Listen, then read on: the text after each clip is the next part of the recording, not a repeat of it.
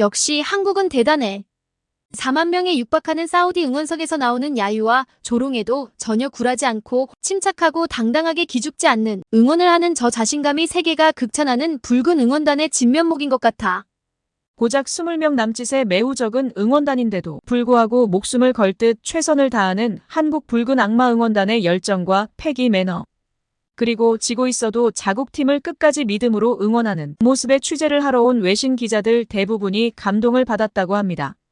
오늘은 한국팀이 사우디아라비아, 호주와 경기를 하면서 응원한 한국 응원팀의 열정적인 모습과 매너에 대해서 얘기를 해볼까 합니다.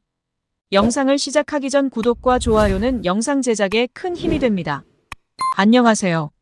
저는 얼마 전 카타르 아시안컵에서 한국과 중국의 경기를 취재하고 더불어 응원단들의 숙소와 매너에 대해서 기사를 다루었던 캐나다 기자 조슈아라고 합니다. 아시안컵 대회가 열기를 더해가고 더불어 16강에 오른 팀들과 그들을 응원하는 나라 사람들로 점점 더 흥미로운 응원 대결이 이어지고 있었는데요. 얼마 전 16강에서 한국과 사우디의 경기가 있었는데 역시 경기 못지않게 운동장 밖에서의 응원전도 대단했습니다. 하지만 역시나 응원을 하는 과정에서 오는 매너와 의식 수준은 여전히 비교가 될 정도로 차이가 났었죠. 사우디와 한국의 시합 때는 응원 규모가 큰 차이가 났었고 운동장에서는 묘한 공포 분위기가 날 정도로 압도적으로 사우디의 응원단의 규모가 많았습니다. 사우디 팬들은 카타르와 멀지 않았기 때문에 대규모로 사람들이 경기장을 찾았고 한국 응원단은 겨우 20명 남짓 되는 아주 적은 수의 소수 부대였습니다.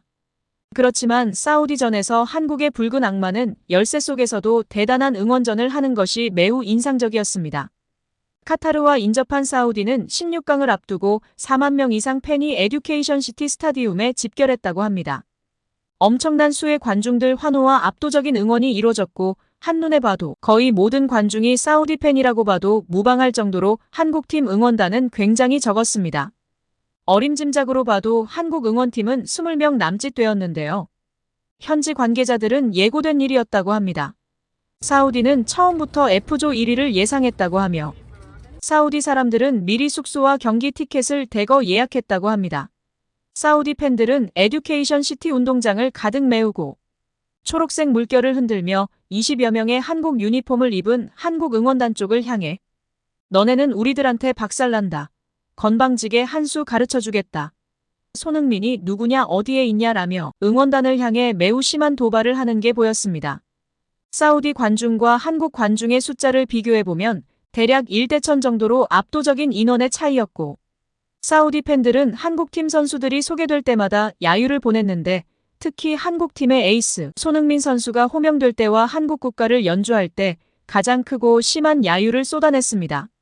저는 그 모습을 제3자의 관점으로 냉철하게 볼 때 제일 연관이 되었던 나라가 중국이었습니다. 사실 국제대회에서 상대팀이 못하고 자국팀이 잘하면 좋은 건 당연합니다.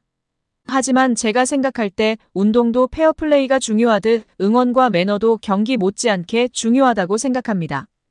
특히 상대팀 국가를 연주할 때나 선수를 소개할 때 야유를 보내고 조롱하는 것은 기본적인 매너와 예절이 부족한 게 아니라 의식이 크게 잘못되었다고 생각합니다. 제가 더 경악을 했던 점은 사우디 팬들은 한국 취재진에게도 욕설을 하거나 조롱을 하는 거였습니다. 얼마 전에도 제가 보도를 했었지만 중국팀의 비매너 축구 못지않게 응원단의 의식 수준의 문제점을 지적했었는데 이날 제가 본 사우디 팬들은 중국과 크게 다르지 않았습니다. 하지만 그런 압도적인 사우디 응원단 속에서도 한국의 붉은 악마는 단단한 내공으로 자리를 잡았고 일방적이고 눈살을 찌푸리는 사우디 팬들 속에서도 전혀 위축되지 않고 당당히 응원을 하는 모습에 제가 굉장히 가슴이 뛰었습니다. 저는 한국팀과 전혀 관련이 없는 캐나다인데도 불구하고 한국이 이겼으면 하는 마음이 들었던 것은 왜일까요? 그런 조그만 인원으로 사우디 팬들의 압도적인 응원에도 전혀 주눅들지 않고 한국 응원단은 대한민국이라는 특유의 의무로 계속해서 태극기를 흔들고 선수들을 독려하고 있었습니다. 한국팀은 경기 내내 끌려갔었지만 붉은 악마의 일당백 응원에 힘입어 한국은 기적같은 동점골로 승부차기에 들어갈 수 있었습니다. 제가 승부차기에 들어가기 전 왜 세계가 손흥민을 외치고 그가 세계적인 선수이며 한국의 절대적 에이스이며 캡틴인지 여실히 보여준 장면이 있었습니다. 승부차기가 시작되기 전에 손흥민 선수가 주심에게 무언가 대화를 나눴고 그 대화 내용은 경기 하루 뒤에 전해졌는데 대략 이런 내용이었습니다. 주심이 본부석 기준으로 왼쪽에 위치한 홈팀 골대 앞에서 승부차기를 진행하려고 했다고 합니다. 피파 규정에 따르면 동전 던지기를 통해 진영을 결정하는데 아시안컵 등 일부 대회에서는 자체적으로 심판이 임의로 결정할 수 있다고 합니다. 주심이 사우디 팬들이 많은 곳으로 골대를 선정했을 때 손흥민은 바로 달려가서 왜 임의로 결정하느냐라고 항의를 했고 원칙대로 동전 던지기를 해서 승부차기 골대를 결정하자고 제안을 했다고 합니다. 만약 주심이 제안한 골대에서 승부차기를 했다면 예상컨대 수천 명의 사우디아라비아 팬들이 한국 선수들이 키커로 나설 때마다 북을 치고 야유를 보내며 엄청난 야유와 방해 공작을 해서 심리적으로 불리할 수 있기 때문입니다. 물론 프로 선수들은 그런 멘탈적인 요소를 충분히 극복할 수 있다고 해도 역시나 사람이기 때문에 아무래도 부담이 되는 건 사실이거든요. 손흥민 선수의 항의에 주심은 고개를 끄덕이며 동의를 했고 운이 좋게 붉은 악마가 자리한 한국 벤치에 가까운 골대에서 승부차기를 할 수 있었습니다. 사실 이건 보통 선수들이 항의를 하면 받아들이기 쉽지 않다는 걸 저는 잘 알고 있었습니다. 세계적인 스트라이커 손흥민이라는 영향력이 있고 영어도 가능한 주장이었기에 주심도 그 사실을 알고 수용했을 거라고 생각합니다.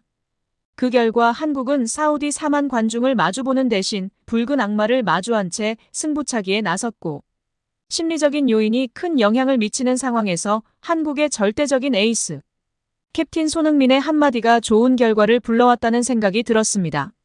승부차기 결과 한국은 극적으로 사우디를 이겼고 역시 한국 응원단은 경기가 끝나자 깨끗하게 주위를 청소를 하고 운동장을 빠져나갔는데 제가 본 사우디 응원석은 한마디로 쓰레기장이 따로 없었습니다. 중국 응원팀과 별반 다를 바 없을 정도로 처참하게 쓰레기와 오물이 많아 외신 기자들과 운동장 관계자들이 눈살을 찌푸렸습니다.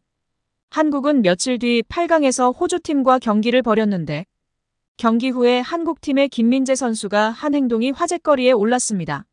한국팀 수비수 김민재 선수가 도핑 테스트룸에서 남은 쓰레기들을 치운 이야기인데 청소하시는 분들이 한국 사람들이 먹고 치우지도 않고 갔다고 하면 한국의 이미지가 안 좋아진다며 깨끗이 청소를 하고 나간 일이 대단히 인상 깊었습니다. 도핑 검사는 말 그대로 약물 투여를 했는지 알아보는 무작위 검사인데 경기가 끝나고 바로 체내 수분이 모두 소진이 되었는데도 물을 마시지 않고 소변을 봐서 검사를 하고 체열도 해야 하는 검사입니다. 약 2시간가량 소요가 되는데 제대로 씻지도 못하고 땀 범벅으로 하염없이 기다리기 때문에 예민해지는 선수들도 있는데도 불구하고 김민재 선수는 사소한 것까지 생각하는 걸 보면서 어떻게 한국 선수나 한국 응원단은 똑같은 매너와 의식이 가능할 수 있었을까 하는 존경심이 들었습니다. 이건 한국인만의 남을 배려하는 마음과 의식 수준이 없으면 불가능하고 이런 행동은 세계가 한국을 보고 반드시 본받아야 할 자세라고 생각합니다. 생각을 해보세요. 호주전에서 막판 주저앉을 정도로 혼신을 다한 김민재 선수가 호주 선수들이 두고 간 것까지 전부 청소하고 도핑룸을 떠났다는 말은 단순한 청소가 아닌 인간으로서 대단히 성숙한 사람이기에 가능하다고 생각이 들었습니다. 한국 응원단은 16강 전에는 20명에 불과했던 붉은 악마 응원단이 호주와의 경기에서는 2배 이상 많이 자리에 선수들에게 힘을 불어넣기 위해 모였고 경기 전 훈련 때부터 시작해 선수들 이름이 호명될 때마다 큰 소리로 환호하면서 매너 있게 응원을 했습니다. 한국팀은 호주보다 이틀 덜 쉬어 체력적으로 부담스러웠음에도 선수들은 밝은 표정이었습니다. 한국은 호주팀에게 선제골을 내주면서 계속 끌려가는 경기를 하다가 막판 극적으로 손흥민이 페널티킥을 얻었고 이를 황희찬 선수가 침착하게 동점골을 성공시켰고 결국 연장전에서 에이스 손흥민의 골든골로 한국이 4강에 올랐습니다. 손흥민은 한국의 처음부터 마지막까지 마무리하는 에이스 캡틴이었습니다. 그라운드 안팎에서 발휘되는 손흥민의 리더십에 클린스만 감독은 손흥민은 정말 특별한 선수다. 대표팀에서 특별한 존재임은 물론 한국 축구에서 더욱 없어선 안 될 존재라고 생각한다. 중요한 건 이렇게 특별한 선수가 리더 역할을 하고 있다며 주장 완장을 찬 손흥민 선수는 이번 대회 4경기 연속 풀타임을 뛰었고 엔트리 26명 중에 이강인 선수와 더불어 단둘이 4경기서 무려 390분을 소화했으며 추가 시간까지 합하면 400분이 넘는 시간이었다고 얘기를 했습니다. 한국팀의 극적인 승리도 대단했지만 외신들이 말하는 더 대단한 문화는 역시 한국 팬들의 자세였습니다. 현지 매체에서는 한국 팬들의 뒷정리를 주목하고 있었습니다.